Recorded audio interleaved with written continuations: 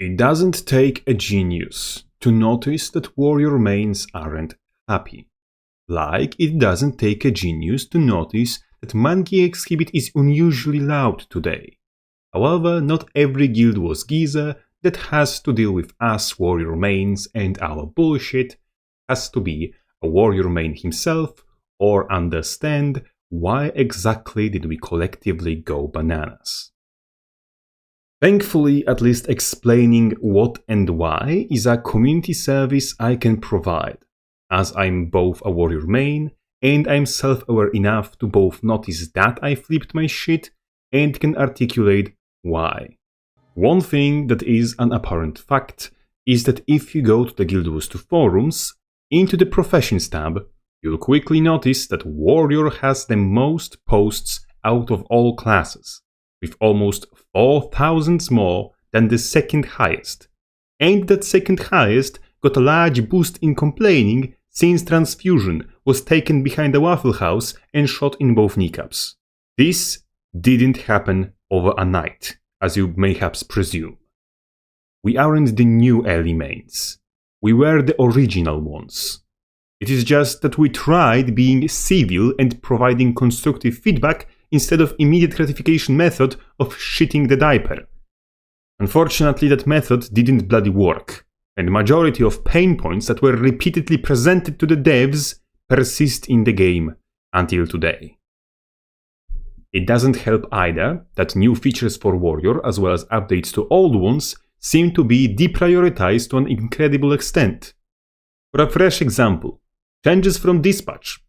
Mace 2 for Warrior gets a recast, and Axe Core Bursts gets longer range and higher crit chance. Sure, those are objectively positive changes.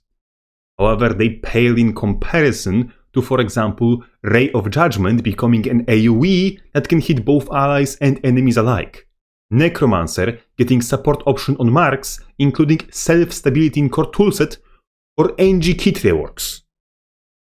Similarly, with the new features, original draft for Warrior's Spear weapon mechanic was a fucking damage fall-off after all. Not to mention, the highest damaging skill could be avoided by holding W at the time. And all Arena did to fix the issue was slap on more damage and call it a day. Pretty much since End of Dragons dropped and Bladesworn was released, Warrior main's patience is being tested patch after patch, with short breaks like when the staff released or when Rifle was actually updated, buying more time till the inevitable crash out. But the well is finally running dry, and this is a second in a row patch where Warrior gets an absolute bloody minimum required, where several other classes get multiple reworks or buffs each. The Warrior class fantasy is being a second-class citizen used to be an internal joke in the Warrior community. But as time goes on, this joke starts to land a little too close to the home. In summary, the combination of how well documented are the issues Warrior mains have with their class, how much feedback there is, including a goddamn YouTube channel basically making nothing but feedback, and how goddamn apparent are general pain points in Warrior's design, juxtaposed by how little attention seems to be given to that feedback in question, how little is being updated in comparison to how much is dysfunctional in Warrior's kit, and how many in-your-face bugs are left unattended, makes Warrior mains feel ignored. And with some poor choice of words and timing, that feeling of being ignored turned into feeling of being openly mocked. Now that we established how did we get here, let's also run by the patch and analyze the changes. Mainly because I really want to be positive for at least a second, and I have short opportunity to do so with few of those changes. First and foremost, Axe and Mace updates are mostly good. One can't look at Eviscerate getting 50% range increase and not be at least momentarily happy, as range was always the hurdle with this thing, and now you'll at least do something worth calling movement. To hell with damage and crit steroids, none of this matters. Range increase could be its only change, and it would be a good change already. especially that Zerker will be able to use Eviscerate in tandem with Rage Cancel to close on opponents at least semi-consistently, giving an edge to stand on for Berserker Axe builds. However, the fact that most exciting thing about this change is most likely unintended interaction should be somewhat of a red flag if you catch my drift. Moreover, it gets a little discerning that devs were willing to go past the 1 stack of might, not even 1 per adrenaline level, just 1 stack in general, and not have a second doubt. Fortunately, we can somewhat maintain the happy high with the Cyclone Axe Fury going from 1 second per hit to 1.5 seconds. Not even 2 seconds per hit like in PvE where that skill has shorter cooldown. 1.5 seconds. We are truly already scraping the bottom of the barrel for any positivity, don't we? Fortunately, we are rather safe in terms of at least hitting a real disappointing note yet, as the compensation nerf Axe God is barely a nerf to begin with. Reducing below 25% HP damage increase from double damage to 50% more is not going to affect the outcome negatively from Warrior's perspective in most scenarios. It will hit like it currently does against half-health targets, which casually climbs to 6000 damage with little to no setup, meaning the nerf will only make a difference against builds with above 24k health, or with extreme defenses, which ignore the execute already. Against pesky mosquito builds, this is the most handy against, you're still in the clear, as only Necro and Warrior can clear 24k HP bracket with just Marauder Amulet. And the below half health bonus, as much as incremental it is, it doesn't dictate victories, as much as even the ammo on Axe Throw does. Here, however, we will start noticing first issues. Skullcrack buff is completely and utterly unnecessary, pointless, and obsolete. All types of Mace Warrior can already walk up to the opponent and uninstall the Windows from his computer with little to no issue. And dropping your own combo against an opponent who literally cannot move is nothing if not pure skill issue. But hey, that is exactly what we expect from our glorious balance team. Mace Spellbreaker is already explosive, oppressive, and very, very fun to play against. Cue the quote. I got myself to like a transcendent state of mind where Willbenders would kill me and I would just be like, that guy's got nice shoes. And you know what the only thing was that was able to pull me out of that state of mind and actually piss me off? Was a Warrior. Captain Crapface, you guys need to be nerfed. A Warrior hit me with stun after stun after stun after stun after stun after stun after stun after stun after stun. And dude, I was running 3 stun breaks and he still deleted my System32 files. I could not play the game. You may consider me insane even, but if a toxic degenerate playstyle is being buffed, I'm not going to be happy just because it's my class that gets to be toxic this time. I want the game to be more fun, not less. And thus, I rather see the issue that Warrior doesn't get to play the bloody game if his opponent gets to play resolved, rather than making the opponent less likely to get to play the bloody game. Thankfully, there is also counterblow change, building up again a little bit of positivity. We can use it as an example of a good change. Counterblow will be able to be recast now, and will grant its adrenaline bonus on hit, unlike it did before. This is the most structurally sound change for Warrior in this entire patch, and does the same thing previous change does, buffing Mace, in a way that eliminates what makes it unfun to play, instead of exacerbating what makes it unfun to play against.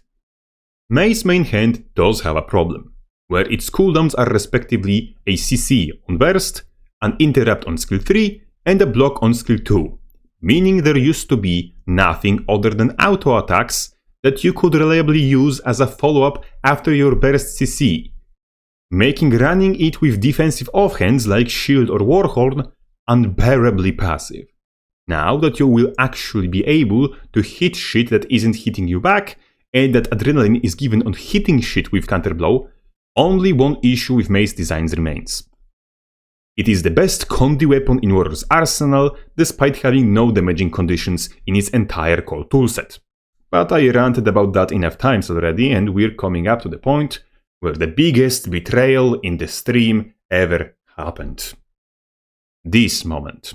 100 blades is supposed to be a skill with identity of a lot of damage for the cost of standing still, and we want to keep that identity, so if it's not doing enough damage, we're increasing the damage. Could you guess what's the most frequently repeated, most apparent, and most asked to remove pain point in entirety of Warrior's design?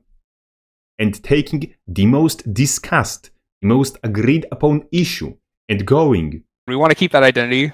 It's probably the single most effective way to make every single warrior main on the planet skip the next expansion. I can for bloody sure tell you, this channel is the only reason I still even entertain the idea. And many people out there have much less patience and much less incentive to play a fiddle with ArenaNet's bullshit. And just to add insult to injury, that 100 blades route not only gets to stay, but devs even add more damage to justify it staying. Like the mentality of more damage wasn't the goddamn reason why we're in this position to begin with. Furthermore, the justification of this position doesn't make any sense either, since the day transfusion was reworked. You're willing to change identity of something crucial to the class when it's going to make everyone affected unhappy, but you stubbornly refuse to change identity of something much less contagious, changing which would make everyone affected more happy. What's the worst that can happen if you unroot or rework 100 blades? Greatsword will be fun to play? Warrior mains will for once in our miserable lives be happy?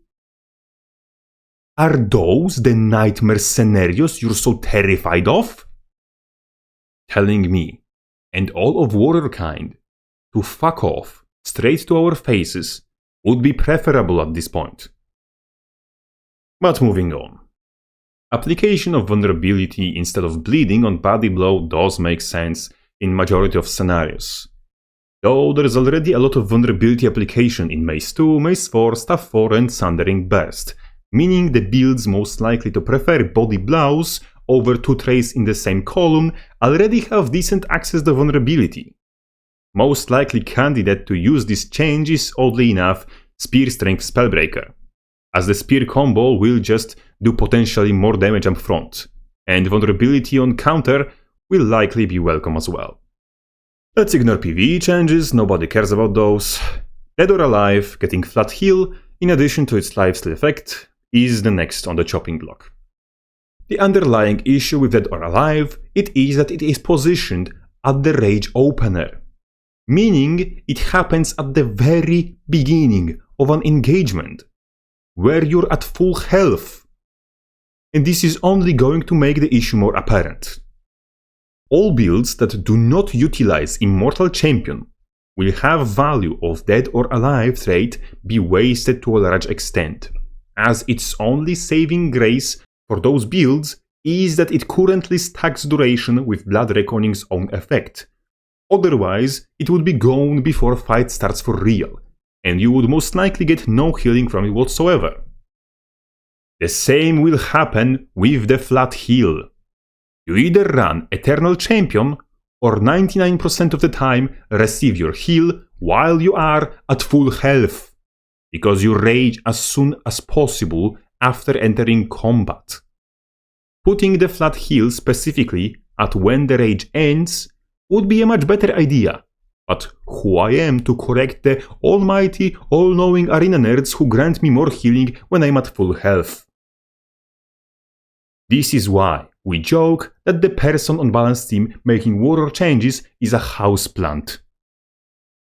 Moreover, as you may have realized, someone at Ainit must be subscribed to Homage, because Homage is a Revenant, not warrior main, and that person noticed that there's a video about something called Bladesworn, and started asking around the office what the hell does that thing even is, and what it is doing in their game. And that's how balanced devs were reminded that Bladesworn in fact exists, and they should have done something to it. And so, Artillery Slash will have 2 ammo baseline instead of 3, and guarantee stun on 2 ammo. As you may or may not know, because currently there's more ammo on this thing in PvE than in versus modes, and some spaghetti code with Warrior is mandatory, the skill physically cannot activate Lush Forest in both versus modes. I wonder, will this change manage to make the goddamn trait activate in PvP, or will it end up broken in PvE too? I can't put it past them with their attention to detail as of last 3 fucking years. Next in line, Dragon Spike Mine. No longer spawns a mine, and just explodes in the face of the enemy. There is no issue here, as mine in Dragon Spike Mine referred not to an explosive device, but to a mineshaft they threw Bladesworn into.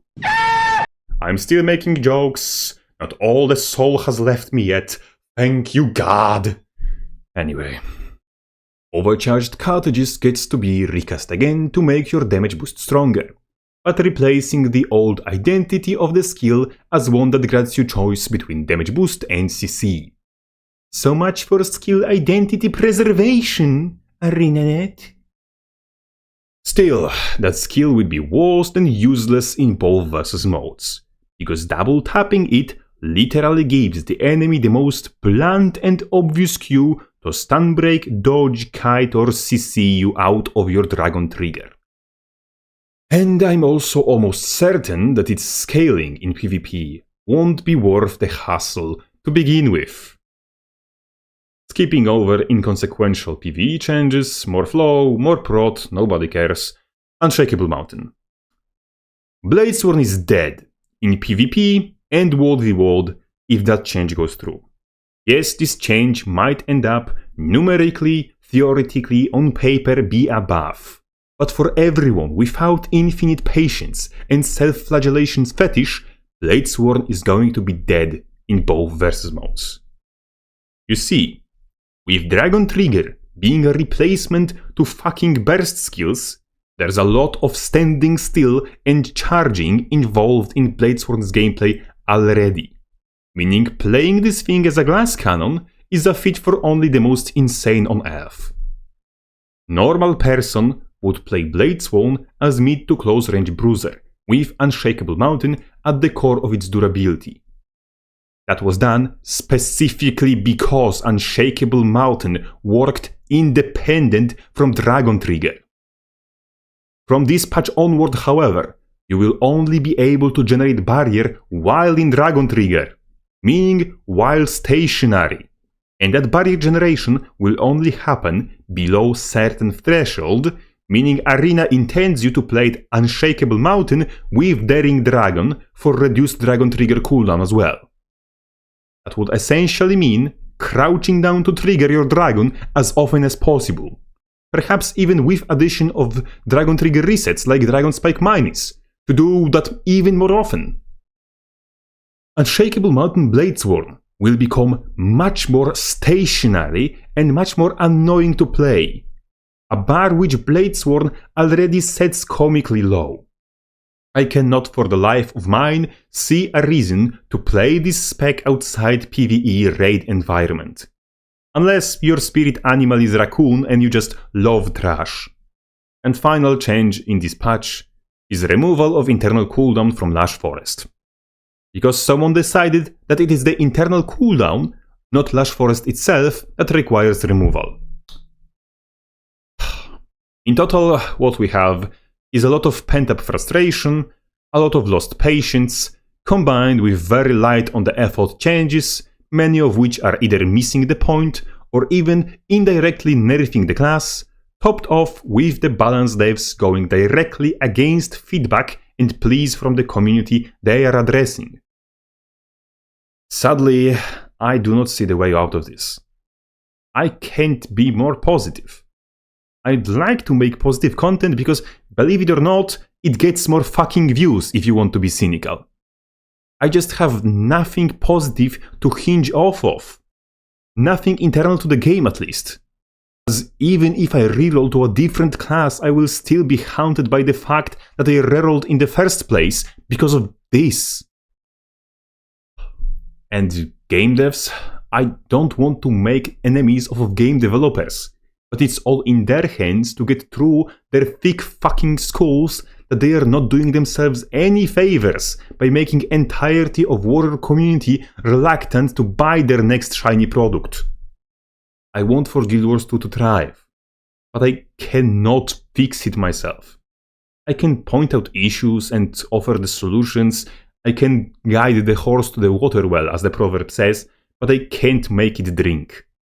And if with argument as blatantly one-sided as 100 Blades, devs are willing to go against entire warrior community, I feel like I'm wasting my bloody time even trying to give feedback in the first place. I wish I'm about to be proven wrong, but I can't squeeze enough optimism out of me anymore to believe that could happen. Alright, I'm done dooming now. Big sign of gratitude to all the generous supporters, continues to considering my dubious quality content worth their money. You're all truly welcome. I mean it. You're all truly welcome. And Crapface out.